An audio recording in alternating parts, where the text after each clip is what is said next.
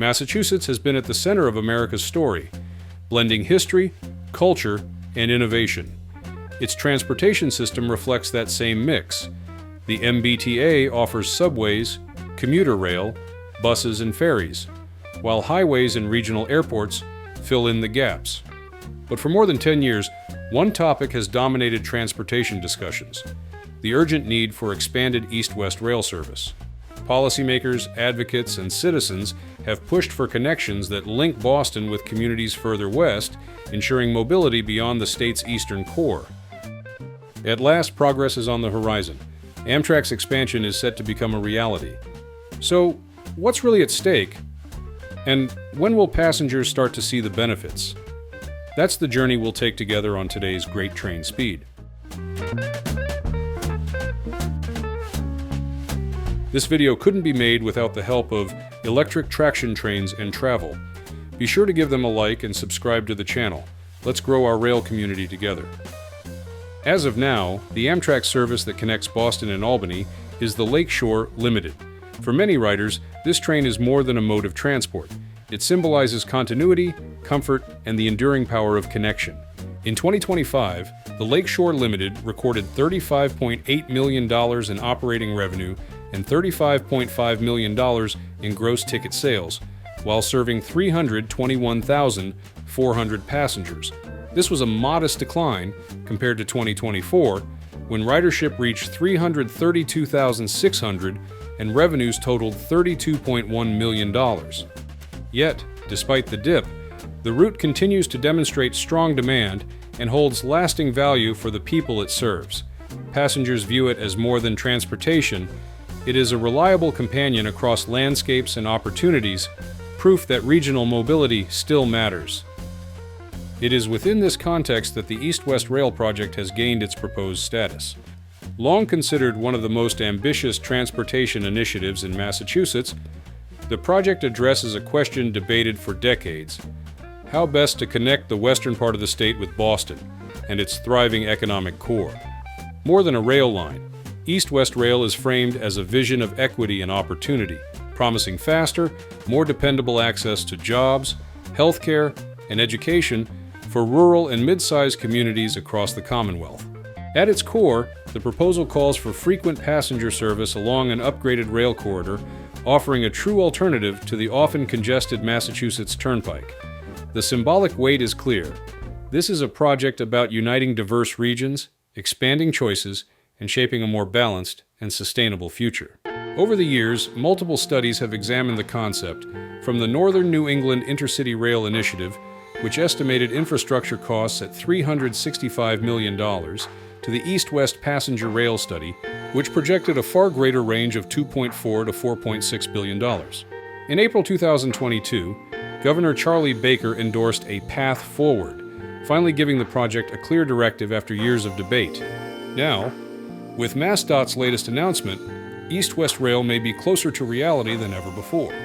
But before we get there, we're chasing a milestone: 15,000 subscribers. If you're passionate about the world of trains and want to stay up to date with the latest rail news and stories, don't forget to hit that subscribe button. Your support means the world to us, and it keeps this journey on track.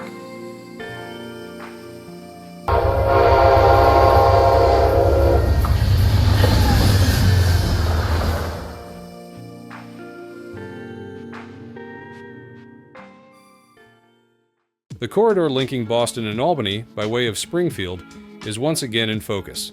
Initially, Amtrak's proposal called for 2 additional round-trip trains between Albany, Rensselaer, and Boston, supplementing the single daily round trip, trains 448 and 449, that currently operate on this route as part of the long-distance network. On December 11, 2023, MassDOT secured $500,000 through the Federal Railroad Administration's Corridor Identification and Development Program, marking an important first step in planning additional service along this corridor. Progress continued on May 6, 2025, when MassDOT was recommended to receive a $3.56 million grant to fund Corridor ID Step 2 Service Development Planning.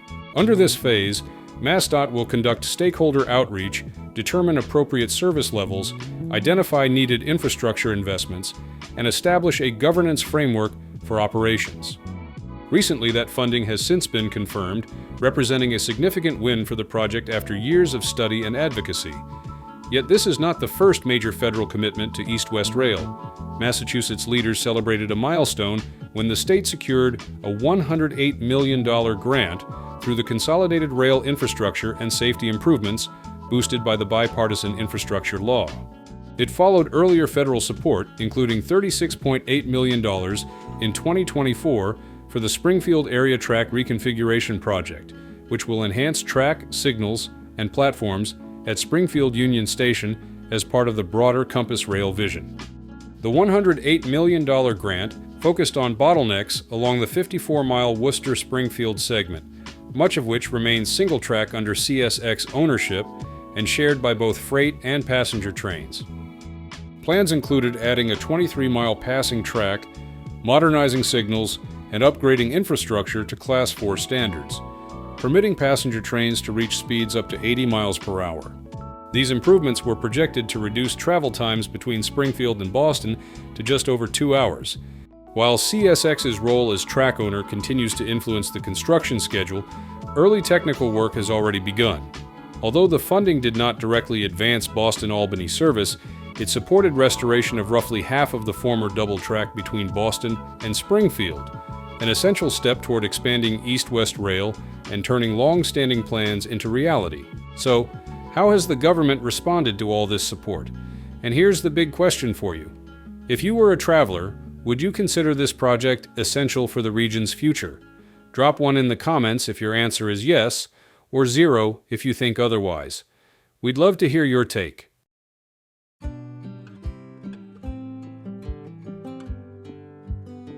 For decades, the idea of linking Boston to Western Massachusetts by modern passenger rail has sparked debate, study, and anticipation. Now, with a major federal grant secured, West-East Rail is moving from conversation to concrete planning, and leaders say the impact could be transformative. They marked a new chapter for West-East Rail after securing money.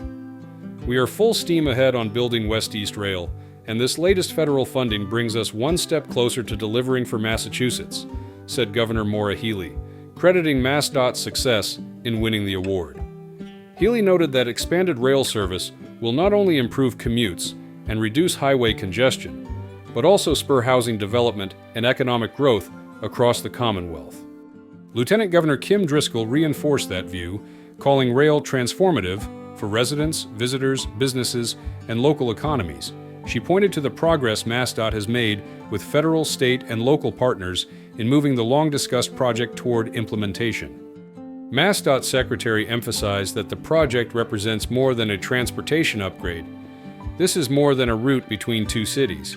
It is a lifeline for the communities in between, opening doors to economic opportunity, environmental progress, and a stronger, more united Massachusetts. The momentum extends beyond West-East Rail alone. The initiative forms a cornerstone of Compass Rail, a broader vision to transform passenger service across Massachusetts and beyond. At its core, Compass Rail integrates both existing and proposed west-east and north-south services, converging at a strengthened hub in Springfield. This design not only creates a more cohesive network, but also positions Springfield as the crossroads of regional mobility. And that wraps up our journey for today. Thanks for riding along with us, hope you enjoyed it, and we'll catch you on the next trip.